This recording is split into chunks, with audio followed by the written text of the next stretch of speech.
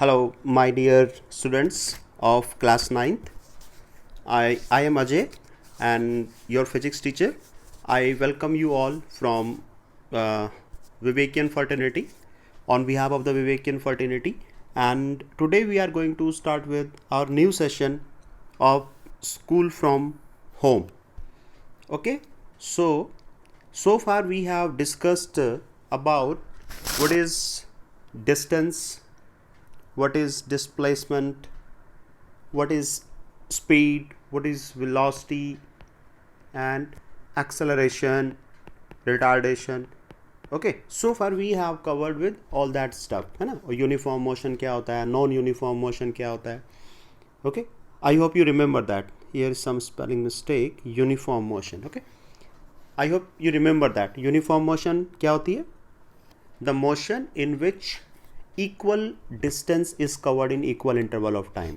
Non-uniform, in which unequal distance is covered in equal interval of time, है ना.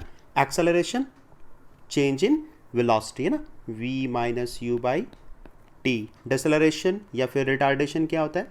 When speed goes on decrease. जब हम क्या करते हैं, when we apply brakes, जब हम ब्रेक मारते हैं, मान लो ब्रेक अप्लाई करते हैं कार में या टू व्हीलर में, तो क्या होता है, स्पीड डिक्रीज होती है और फिर फाइनली हमारा ऑब्जेक्ट या हमारा कार क्या होता है, रेस्ट में आ जाता है ना. तो उसे हम क्या बोलते हैं, दैट इज डेसेलरेशन. और जब वेलोसिटी बढ़ती है तो वो क्या होता है, that is known as acceleration, जब आप एक्सेलरेट करते हैं.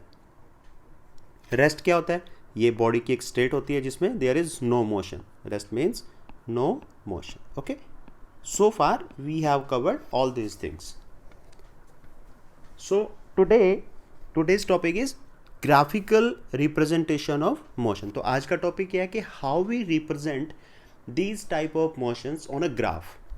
Okay, and today we will stick our discussion with the distance time graph, and in next class we will approach to velocity time graph. Okay, so let's proceed.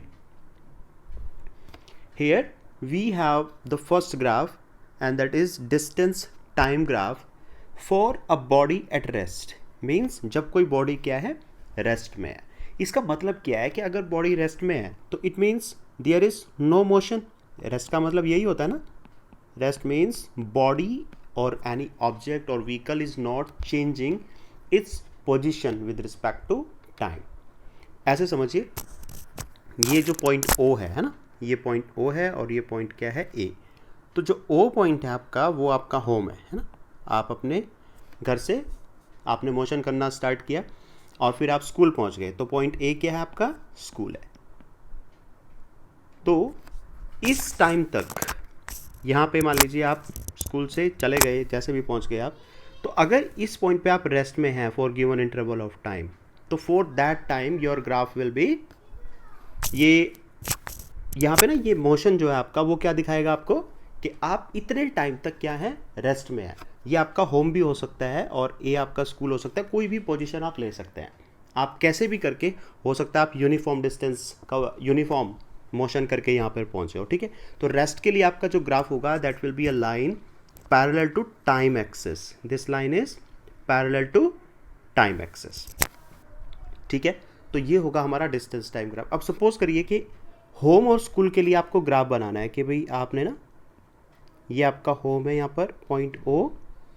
ठीक है, यहाँ से आपने चलना स्टार्ट किया, आप यूनिफॉर्म मोशन करके यहाँ पर पहुँच गए और उसके बाद आप रेस्ट में आए हैं.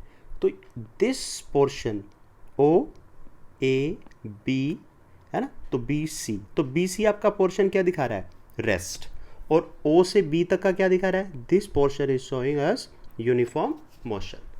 ओके, चलिए. So I think I made myself clear कि ये आपका डिस्टेंस टाइप ग्राफ है जिनमें हमने किसी ऑब्जेक्ट का रेफरेंस नहीं लिया, और इस वाले ग्राफ में हमने रेफरेंस लिया है कि पॉइंट ए हमारा होम है और पॉइंट बी हमारा, ए क्या है, स्कूल है या कोई रेलवे स्टेशन है, बस स्टॉप है, कुछ भी जो आपको लेना है.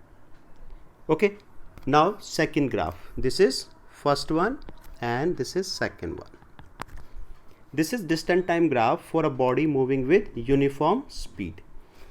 Now अब आपको पता होना चाहिए कि what is the definition of uniform speed. तो uniform speed की definition क्या होती है, equal distance covered in equal interval of time, in equal interval of time. Alright, तो ये है आपके पास. तो ये लाइन कैसी आएगी, ये आपके पास एक स्लांट लाइन आएगी.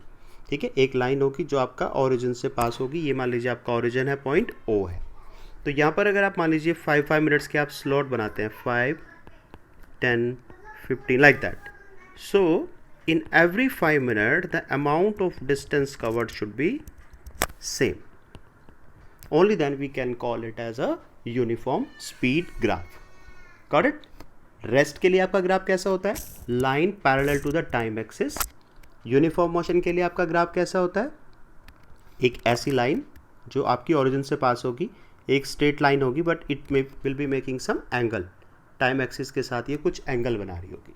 और जितना ज़्यादा ये एंगल होगा, सपोज करिए ये आपका थीटा है, थीटा आपका जितना ज़्यादा होगा इट मीन्स स्पीड उतनी ही ज़्यादा होगी. If theta is higher than speed will be higher. Because जो स्लोप है, थीटा मतलब यहाँ पर 10 थीटा समझ लीजिए और या फिर स्लोप समझ लीजिए. सो स्लोप जितना ज़्यादा होगा 10 थीटा उतना ही ज़्यादा होगा और स्पीड भी आपकी उतनी ही ज़्यादा होगी. Got it?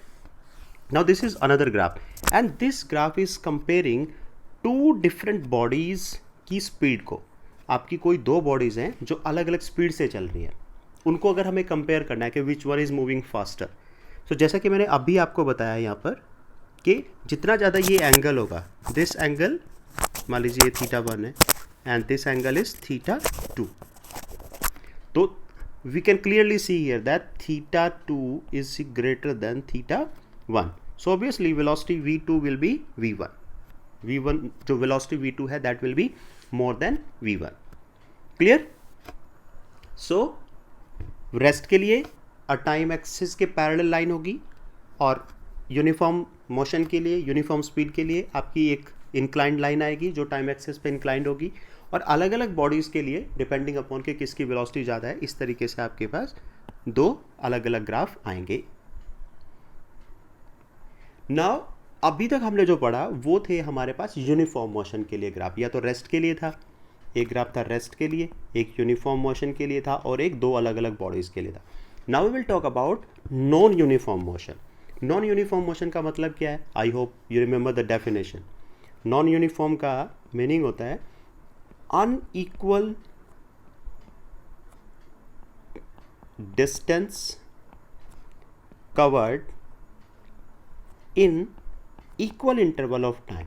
और equal interval of time I have already told you कि आपके चॉइस है कि आप वो इंटरवल कितना बड़ा बनाना चाहते हैं, 1 minute, 1 second, half an hour, that is totally your choice.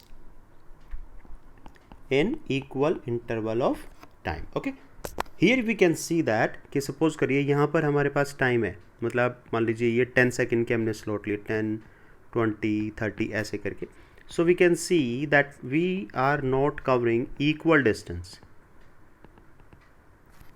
You can see कि ये distance is the maximum, ये वाली distance आपकी सबसे ज़्यादा है और time यहाँ पे ये सबसे कम है, मतलब maybe 5 second. So this is known as non-uniform motion. और non-uniform motion में भी हमारे पास दो cases हैं. One is acceleration and another one is deceleration या फिर retardation.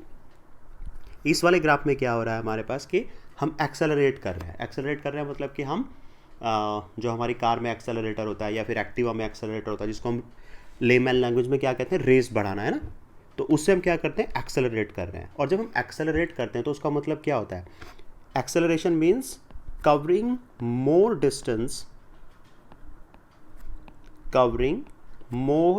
Distance in less time, है ना. या फिर कह दीजिए कि रिडक्शन इन स्पीड. और डिसेलरेशन को आप क्या कह सकते हैं, रिडक्शन इन स्पीड या velocity. And finally coming to rest. So these are the distance and distance time graph for uniform and non uniform motion. Alright, this is a graph in which suppose you have to find out के आपको numerical दे दिया ना, और इस numerical में आपको कहा कि find out the speed between A to B and B to C and O to A, अलग अलग इंटरवल ऑफ टाइम में आपसे पूछ लिया स्पीड।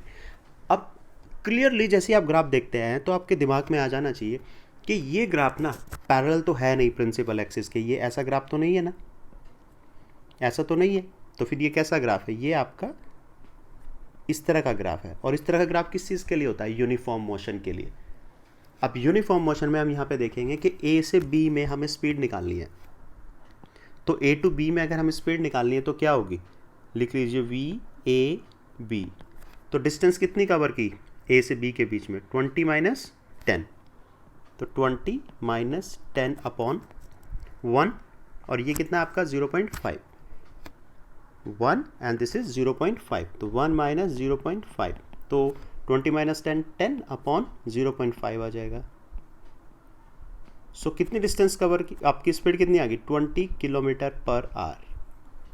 तो एक केस में हमारी कितनी आ गई यहाँ पे स्पीड, यहाँ से यहाँ तक के बीच में 20 किलोमीटर पर आवर।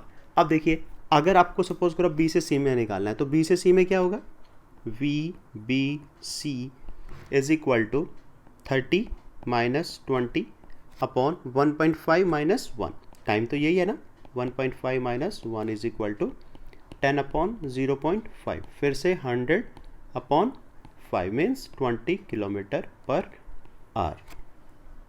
ओ से ए में देखिए V A B is equal to 10 minus 0 upon 0.5 minus 0। आपको पता है ना वेलोसिटी कैसे आती है, स्पीड कैसे आती है, डिस्टेंस अपॉन टाइम।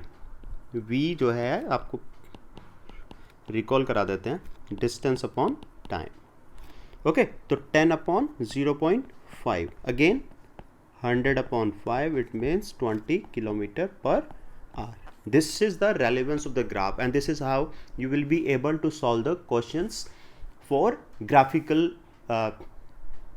questions जो आपके पास आएंगे जिनमें आपको ग्राफ गिवन होगा।